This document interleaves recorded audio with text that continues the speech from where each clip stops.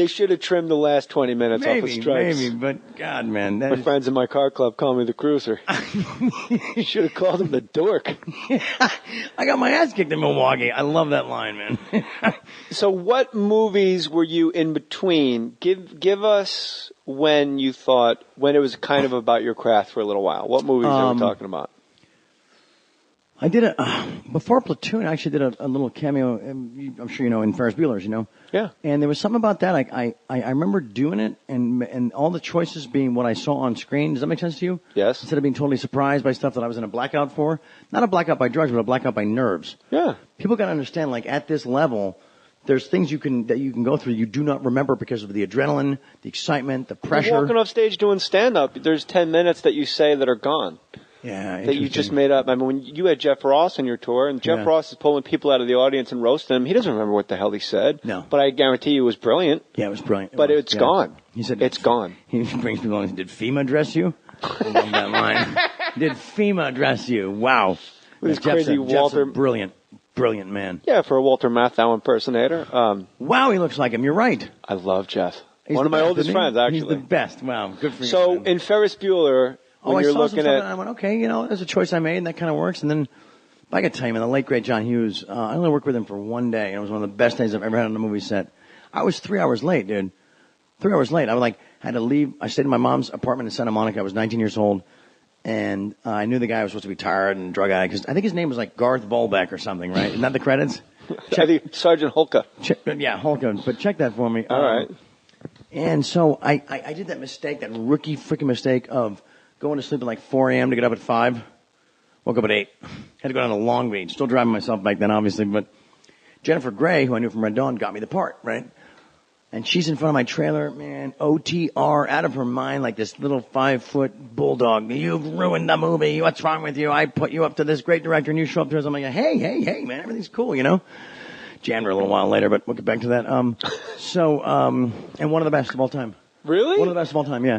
And so, wow. I come on the set. Whoever would have thought that? I come on the set, and John Hughes says, hey, man, good to see you. You know what? You're late, whatever, it's all good. You're here now, let's start. You're here now, let's start. And that's, it's very Buddhist. It's way Buddhist, but it's totally practical. Yeah. Let me waste another 88 minutes telling you what a turd you are for being late and make you later. John Hughes is one of those guys I've never heard anyone say... You can't. Not something bad. I've never heard anyone not go 15 out of 10. Like he's a 15-star person on a 10-star scale. He apparently was one of the true greatest. Like people talk about Will Rogers and shit. Apparently, John Hughes was epic. Epic. Yeah. How do you follow Platoon with Grizzly 2, the concert? Did you think you would never work again? No, Grizzly 2 was my first movie, actually. It came out after Platoon. Oh, okay. I don't think it ever came out, did it? All right. Well, it's on your IMDb page. Grizzly 2, the concert, where a pack of wild grizzly bears attack people during a live concert. Okay, so I didn't even get to that part in the script. Here's what I do know. Hey, but you're here now. Let's read it. Yes. Okay, I guess I'll play me. You want to do the bear? Yeah. Good. No, I flew to Budapest. It was my first job. I just turned 18, and I was with George Clooney and Laura Dern. Before they were George Clooney and Laura Dern, you know. And, still fun. Yeah, and we were there for 3 weeks and only worked 2 nights. Apparently Budapest now is like the most bitchin' place in the world, right? Yeah. Back then, not so much.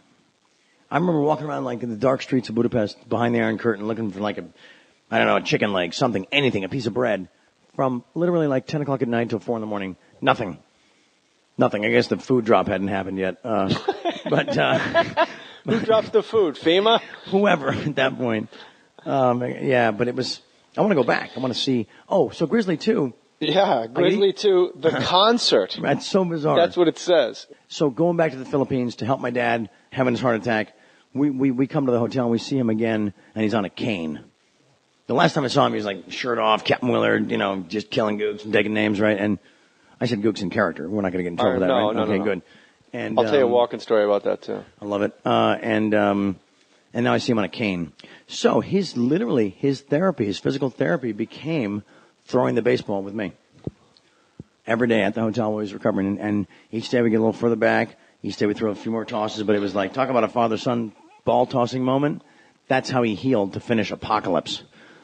Was me. Throwing the ball at his 10-year-old son. Yeah. Trip, right? Yeah, it's trippy in so many different ways, obviously for the historical movie history of it all and the dynamic of a two-generation star duo of Martin Sheen and Charlie Sheen, but also, yeah, that hits me on like a lot of different levels. I'll think of them on the way home, something way more interesting to say, because that, you actually, the baseball healed your father with his son. Yeah. Yeah, I know. Good shit, right? That's so rad. I know. It's deep. Yeah. Don't give me obvious answers. Okay. Who are your favorite actors? Right now? Or all time, or ones that people, but not the obvious. We're all going to go Pacino and De Niro and Meryl Streep. Okay, I'm 9 years old. I'm at Sophia Loren's house. Carlo Ponte's her husband. And we're like Italy, the film I mentioned, Cassandra Crossing. She invites us on a Sunday over to watch this movie directed by Lumet that hasn't come out in the States yet called Dog Day Afternoon. At 9 years old, in a private screening room with Sophia Loren, my dad, Richard Harris, Ava Gardner, O.J. Simpson, keep going, right? This is my childhood. The juice was loose. This is my childhood. And people are like, well, no wonder he's drunk. So, and I watched this movie and I'm thinking, I want to do that. I want to do what Al just did. Somehow, some way. Okay, we're Vietnam veterans, so killing don't mean nothing to us. Any W, we play all the hits. You got a boss, why am I talking to you? When did his voice change? I think it's heat. It is heat. You're right. He starts way up here. You know? All right. What's this under the desk? A squirrel? A squirrel? Who else has to go to the bath? Attica! Put the gun down! I love it. What's and the then line? right around heat. Oh, yeah. He's like Big Daddy on Cat on a Hot Tin Roof. You're right. Yeah. God is an absentee landlord, Kevin. Oh, sure. Wow, that's good. It's weird that his voice... Was Heat before Scent of a Woman? I think so. Okay. But I thought Grizzly 2, the concert, was after Platoon. It happens. What the fuck do I know? It happens. IMDb is sort of like Wikipedia anyway, and people are just guessing. A great quote I wanted to run by you, and I thought you would dig this. Mother Teresa said, in the end, it was between you and God. It was never about them anyway. Wow. Are you religious at all? None. I'm a total atheist. Atheist or agnostic? Used to be agnostic, went full atheism. Went full atheism? Well, here's how I look at it, right? I look at nature as like the ruling factor. Yeah. The day I can produce a seed from scratch and grow a perfect rose, I can compete with all this. Until then, I got nothing. So I'm not like running the universe, but I respect it. But you're running your universe. Well, most of the time. If you want to take baby steps into that, if you want to take baby steps into this fucking Carl Sagan discussion we're about to have. Wow. I mean, you have how many kids you got? 5. All right. Yeah. And how many women are on the payroll for having sex with you? No, I mean ex-wives. I didn't mean 3. Like alimony. Yeah. 3. 3. Well, no, Donna actually, we got annulled. She was the first wife. I met her on a Japanese commercial for Parliament cigarettes. I used to sell cigarettes, shoes, and air conditioners in Japan. You're the Willie Loman of actors. Thank you. Not door to door, just on TV. It's important to be. Because that would have required a lot more physical skills, you know. It's important to be well liked. Hap.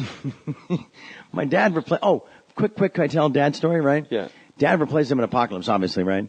Then replaces him on Broadway in Death of a Salesman, right? So Gary Morgan. Wait. Your dad replaced Keitel in Death of a Salesman? Yes. So Gary Morgan, who's an old stuntman and it's acrobat. It's important to be well liked. Right. Buy the goddamn things. Right. Fuck, I can't picture Keitel doing anything but yelling at Tim Roth. Gary Morgan's an old family friend and actually in the dog suit in the movie called Cujo. He's in the dog suit. Yeah. So there's your Gary Morgan reference. Gary Morgan is in the dog suit in Cujo. That wasn't a real Cujo? No. I mean, some was, some wasn't, yeah. Gary's in the phone book if you want to call him. He's in the phone book. Are there Cujo conspiracy people like, man, I don't think that's a real dog in Cujo. That's a motherfucker in a dog suit, man. And we think it's Gary Morgan. Yo, I know that's Gary. I see you, Gary Morgan. I can see you. I see you in that dog suit, Gary Morgan. You ain't fooling me, man. Oh, man. And that ain't Gary Morgan. That's a motherfucking dog. No, man, that's Gary Morgan in a dog suit. I'm telling you. Let's sit closer, Veg. You'll see it's Gary Morgan. Sit up close. Give me some. Yo, you guys, you mind if we sit here? You want to switch? So Gary, greeting Dad back from the Philippines, I swear to you, has a big sign. You'll want to put this on the air. Has a big sign that says, "Welcome home, Harvey," is crossed out and underneath is written Martin. How good is that? That's fucking great. That's Gary Morgan. Boom. How do you get a job wearing a dog suit if it's not in the FX show Willard? which is also the home of your sitcom, Anger Management, which just got picked up for 90 more episodes? I don't think it did. People are telling me this, but I haven't. I read it this morning on the interweb, and I believe everything I read on the internet. Well, as you should. My wife's face has been completely reconstructed with fat from her ass. She's ruined her face with plastic surgery, Charlie. And that's on the internet? Oh, yeah. If you just Google search my wife, it's all... But I met her, and that's not true. Thank you. All right. No, she's delightful. really, really You guys hot. got along great. Yeah, I mean, not in a creepy way. Your wife's a knockout. No, it was nothing creepy about it. She's one of the guys. Nah, she's mad cool. Well, let me ask you this. I'm married to a woman who... Well, I know her dad listens to this, but, I mean, we're married and we're grown-ups. But, like, my wife is sort of like the guy in the relationship. My wife has sex every day. Wow. Usually with me. Okay. No. But every day, and really is like whatever you want, easygoing, and I'm madly in love with my wife. Good for you. Is there a part of you that still pines for that? Jealous about that? Big time. I wasn't going to use the word jealous at all, because I don't strike you as a guy with jealousy in you. A guy who's, you said you would use the word pines for that? Yeah. Yeah, definitely. Yeah, no, I think there's a fantasy image I have of that sort of union. I think a fantasy is untangible. Is it more just like a romanticism? It is total romanticism, yeah. And when it's old school is what it is. Old school. Yeah, I'm kind of a vintage guy that still believes in, chivalry, nobility, integrity. So there's a Mrs. Sheen potentially out there on the wire? Without a document saying that we're legal, yeah. Why not? Because I just think it's outdated. I know what you're going to say. You're going to say, it's just a piece of paper. Well, to which my wife always replies, if it's just a piece of paper, then why not get it? But it's a really costly piece of paper if it doesn't work out, Well, so there's another piece of paper that you can say, hey, I make this amount of money on my star of my show and spend city money, and I don't want you tapping into my terminal velocity cash, and I don't want...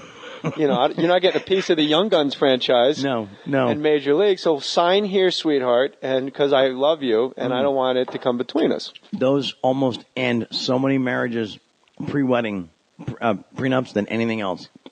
They agree on the third date. Yeah, I'll sign anything. You show up with the paper, they're like, how dare you? I'm not in this for the money. I'm like, no, but when we break up, you will be, My wife insisted on it. Oh. Well, no wonder. Well, she's awesome. But once you have kids, it goes out the window, as it should. Yeah.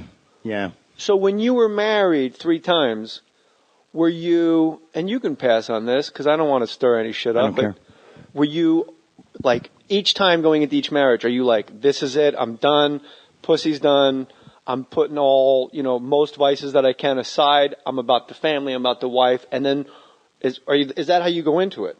Yes, but then they use the old Sam Kinison reference.